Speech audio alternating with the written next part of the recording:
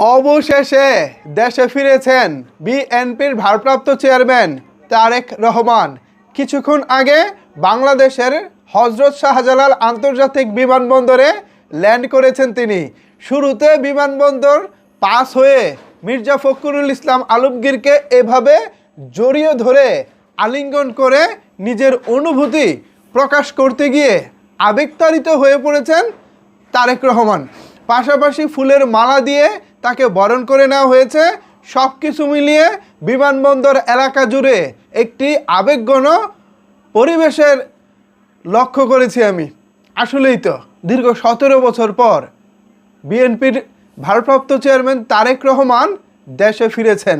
তার এই আগমনকে কেন্দ্র করে রাজধানীর 300 ফিটে সারা বাংলাদেশের নেতাকর্মীরা যেভাবে জড়ো হয়েছেন শুধুমাত্র তাকে এক নজর দেখার জন্য, এটা ছিল বাংলাদেশের ইতিহাসে অন্যতম একটা বড় ঘটনা। আশা করছি কিছুক্ষণের মধ্যেই তারেক রহমান ঐতিহাসিকভাবে এই জনসভায় যোগ দিবেন এবং জনসভায় যোগ দিয়ে দলের পাশাপাশি ভবিষ্যৎ বাংলাদেশকে তিনি কিভাবে দেখতে চান, তিনি কিভাবে ভবিষ্যৎ বাংলাদেশকে গড়তে চান সে বিষয়ে নিশ্চয়ই তিনি বক্তব্য রাখবেন।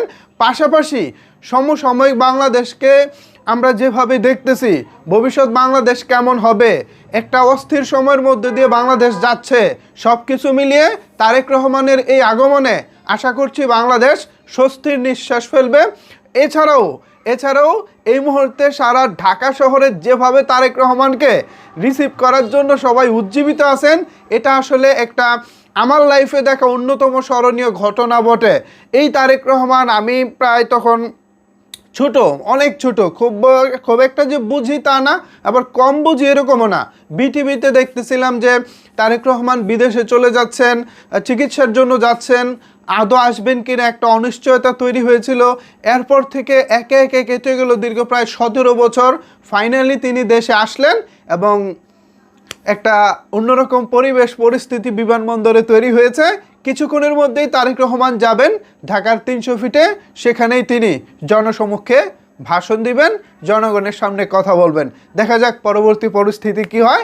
আপাতত তারেক রহমান নানা জল্পনা কল্পনার অবসান ঘটিয়ে দেশে ফিরেছেন। বিষয়টিকে আপনারা কিভাবে দেখছেন, এ বিষয়ে আপনাদের মতামত কি জানাতে পারেন নিচের কমেন্টস বক্সে। ধন্যবাদ সবাইকে এতক্ষণ আমার সাথে থাকার জন্য।